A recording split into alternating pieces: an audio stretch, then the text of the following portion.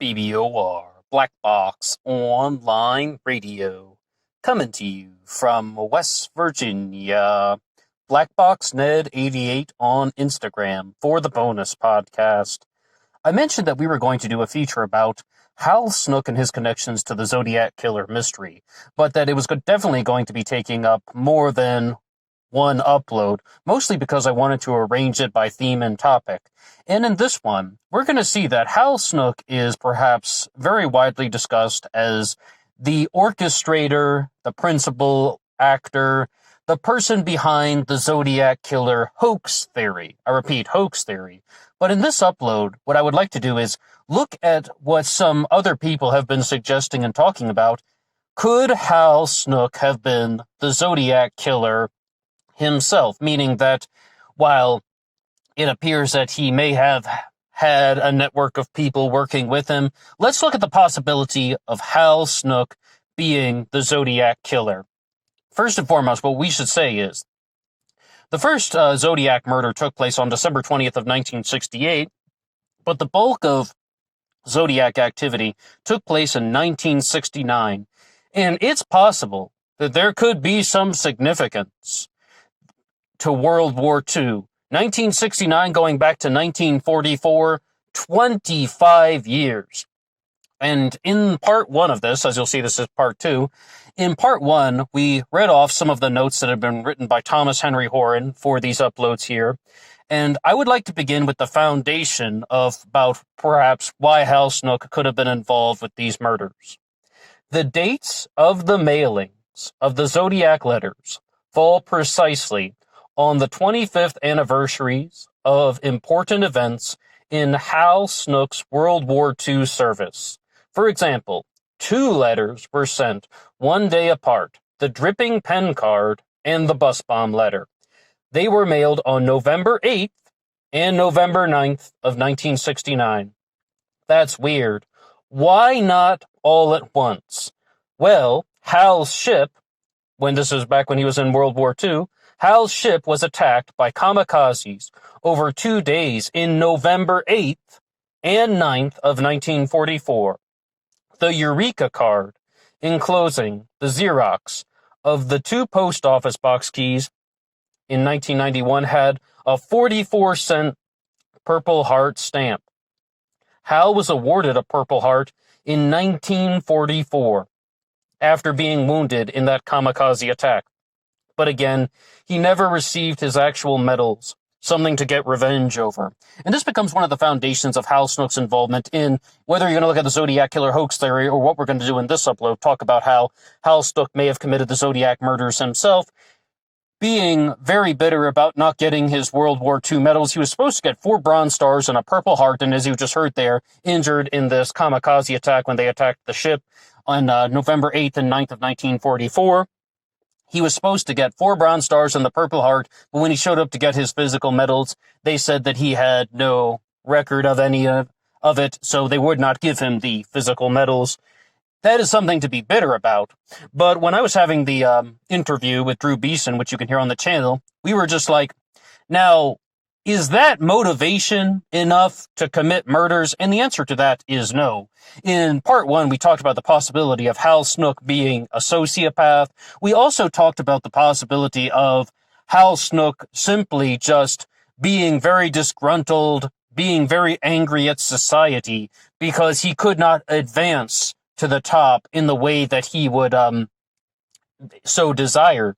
But the thing is, though, what we said in part one was really quite simple. He would create his own settings. He had to be the big fish in the small pond, is what we said. But, like, he's the person who starts his own organization and that he can be the head of, or he would be the person who starts his own sporting goods store. He purchases a small town newspaper. He's trying to put himself at the top of some smaller hierarchy as opposed to trying to climb the ranks in a larger hierarchy. But what we can say is, if you actually want to talk about accomplishments, Hal Snook was a very accomplished narcotics officer in the state of California. All sorts of accolades and awards, and absolutely, he was very decorated in that, I can say that much. But all that means is, you would have somebody who would know all sorts of things about the Zodiac Killer mystery. you would have someone who also would have been planning this for a very long time. Someone who's disgruntled and rejected against society, as well as having this design, this act, creating a masterpiece to get revenge on society for not giving him what he wanted, even though a lot of it's his own choice, minus not getting the World War II medals. But no matter what we say, hoax theory or suspect theory, I mean, these letters corresponding to dates in Hal Snook's military service, that seems like either it's true or one big coincidence. Let's look at December 20th of 1968 and the proximity to the winter solstice. This could have been a starting point, and meaning that Hal Snook would have had this planned for a very long time. And someone who had familiarity with Lake Herman Road, who knew that it was a dump site for drugs by the Hells Angels, as well as something that was frequented by other smaller gangs. When I originally learned about this stuff, I thought that there was this gang that was the Hells Angels that was monitoring Lake Herman Road, and then David Faraday and Betty Lou Jensen interrupted the activities of the Hells Angels on December 20th of 1968. But after interviewing Thomas Henry Horan on the channel, it seems that it's not the Hells Angels that were present that night. There was a different, smaller gang. This gang worked with the Hells Angels, but there's a smaller gang of individuals, and they're even connected to a student at David Faraday's high school. So Hal Snook would have known that that's a dump site for drugs. Forget this Lover's Lane angle. I mean, it's highly possible, actually, that David Faraday and Betty Lou Jensen did not go there to buy drugs. I don't even think they did. It's possible they went there to have a type of confrontation with somebody who was involved with the gang. And Hal Snook, as someone who is familiar with the area, the layout, and all of the aspects of this dump site, would have had a perfect opportunity to sneak up on two teenagers, fire some bullets, and then disappear into the night. And also, by claiming responsibility for it 7 months later, not till July 5th, right? After Darlene Ferrin was shot on July 4th, then making the Zodiac call, I also killed those kids last summer. And then, I also killed those kids last year, is what he says, talking about December of 1968, because we'd be in the summer of 1969. That means that he would have had every opportunity to commit the murders himself. He would have had every chance to have this whole thing planned and designed. And you can really see, though, that this is perhaps something that is animosity towards society. Perhaps this is also the creation of the most dangerous animal of all, the Mikado. And I really wanted to expand upon this in a larger upload, but I think we should just say it right now. It's not even my own original idea. I was up late one night at 3 a.m. I was supposed to be going to sleep, and instead I ended up on this forum reading through this thread. I was trying to find, are there other additional references in the Zodiac Killer literature to the Mikado that we don't already know about, talking about Gilbert and Sullivan, the Mikado. And what somebody was suggesting, if I could remember their name or where the forum was, I would cite them. But what they were saying was that it appears that the Zodiac Killer was trying to create this as a masterwork. They were trying to create their own opera, their own stage play. The four major incidents in Zodiac activity: Lake Herman Road, Blue Rock Springs, Lake Berryessa, and the Paulstein murder in Presidio Heights. These are almost like four different acts in a play. And then you have the letters that are just building up suspense to these performances. And in one of them, the killer's even wearing a costume at Lake Berryessa. And who would have had perfect opportunity to do all of this? Hal Snook. If he has familiarity with law enforcement, and even if you want to play the angle that Darlene Ferrin and Mike Mageau were going to Blue Rock Springs Park on the 4th of July to interact with a criminal named Donald Warren Porter, and that it was some type of sting operation, or you are going to have a sting operation to not arrest Donald Warren Porter, but arrest Jim Phillips Crabtree, who was an associate of Donald Warren Porter. Hal Snook could have had perfect familiarity with that.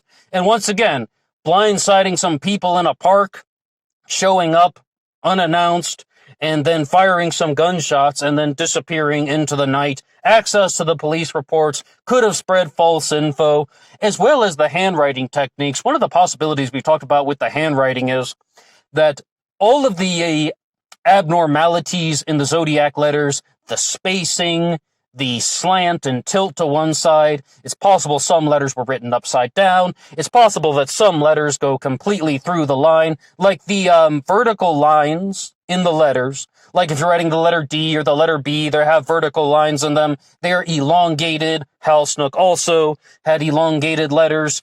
It's possible. How hard would it have been for Hal Snook to sneak up on people where he knew that there was going to be a high chance of criminal activity? And even if anybody began to suspect him, nope, wasn't me. It was this gang at Lake Herman Road. It was the Hells Angels. Blame it on them. He knows the Hells Angels inside and out. If he were on the witness stand, he could tell the courtroom that, oh, this batch of meth was cooked in this laboratory and distributed by this group of the Hells Angels. He had all the familiarity with law enforcement as well as the criminal operations.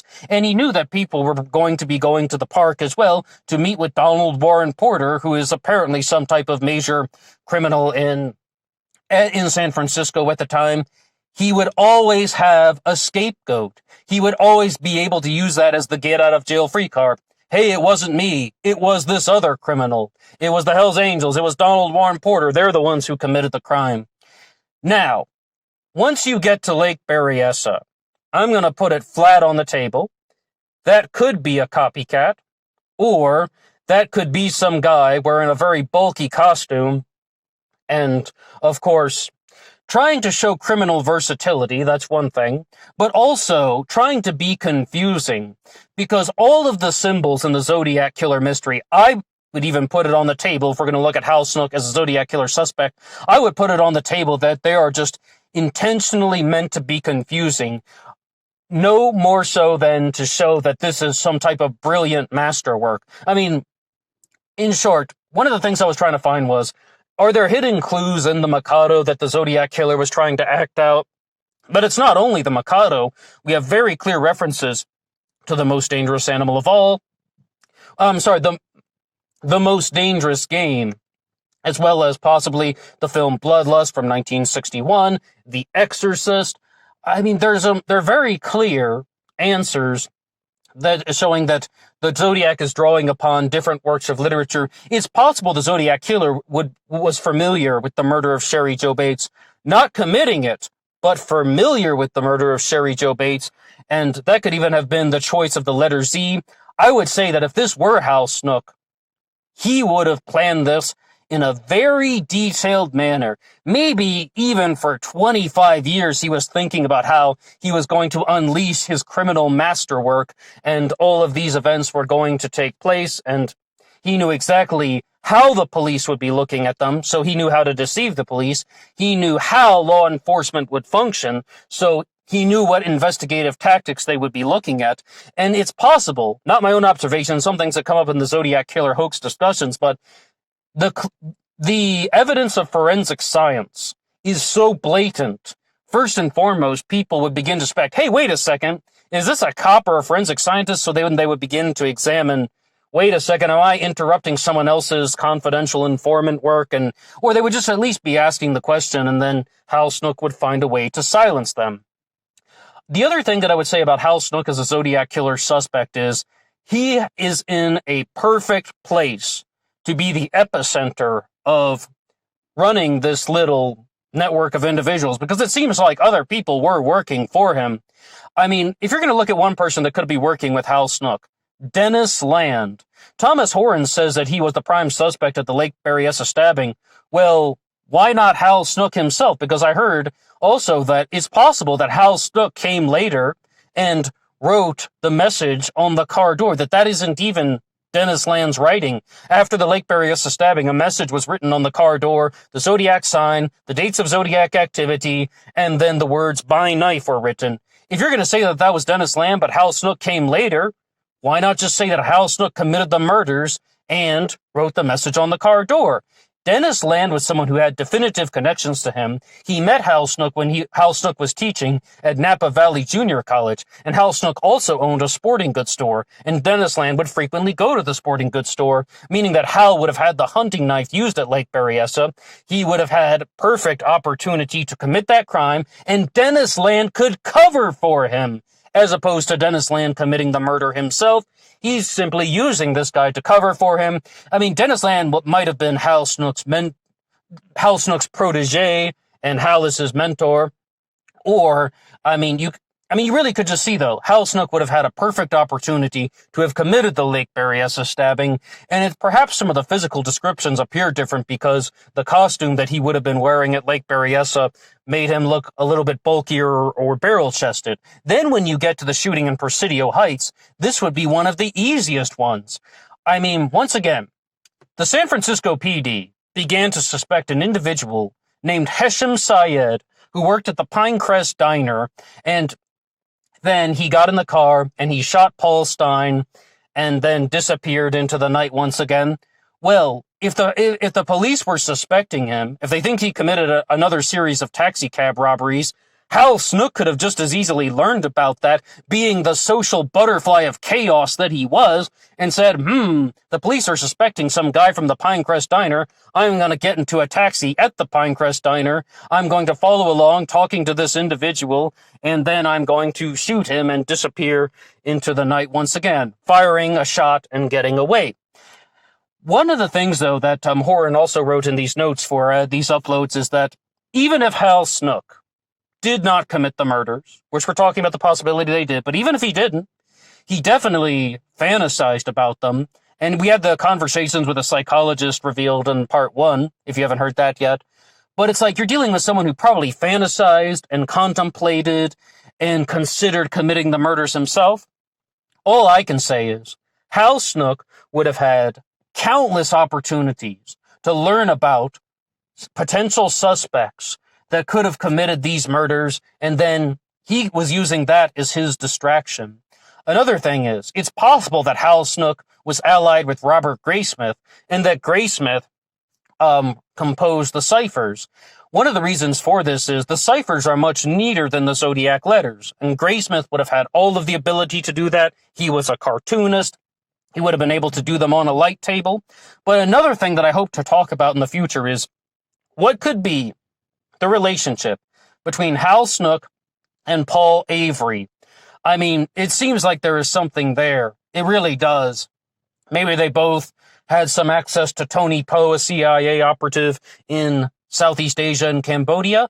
Or maybe, just maybe, Hal Snook seems to have a connection to Paul Avery, because another person that could have easily composed those ciphers would have been Don Chaney.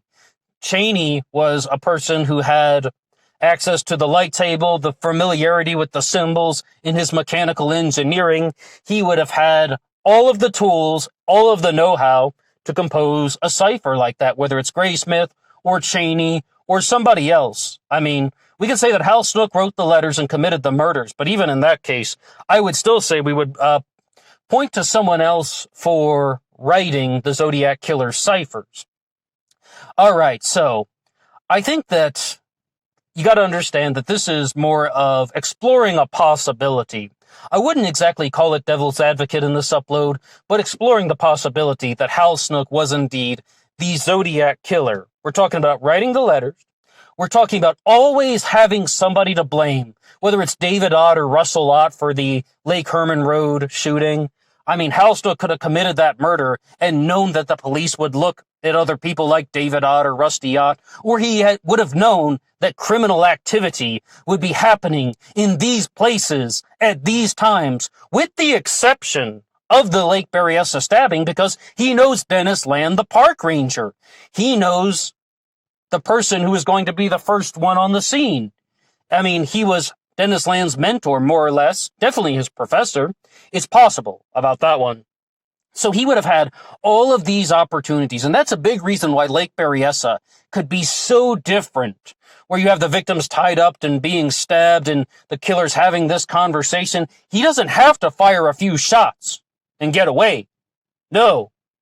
He knows that Dennis Land, the park ranger at Lake Berryessa, who is his associate, is going to destroy the crime scene and cover for him. And that's why we have 3 incidents, Lake Herman Road, Blue Rock Springs, and Presidio Heights, of someone firing the gun and just disappearing as quickly as they can. Lake Berryessa is different because Hal Snook would have had more time to commit those murders. This is just exploring a possibility, being very clear about that. But what do you think about Hal Snook as a Zodiac Killer Suspect? If you have anything to say at all, please drop a comment below. And even if he is a suspect, I would suspect that somebody else wrote the ciphers. Challenge me on everything. If you don't agree with anything that I've said, please drop a comment below and explain why. And I'll see you on Instagram for the bonus podcast. Until next time.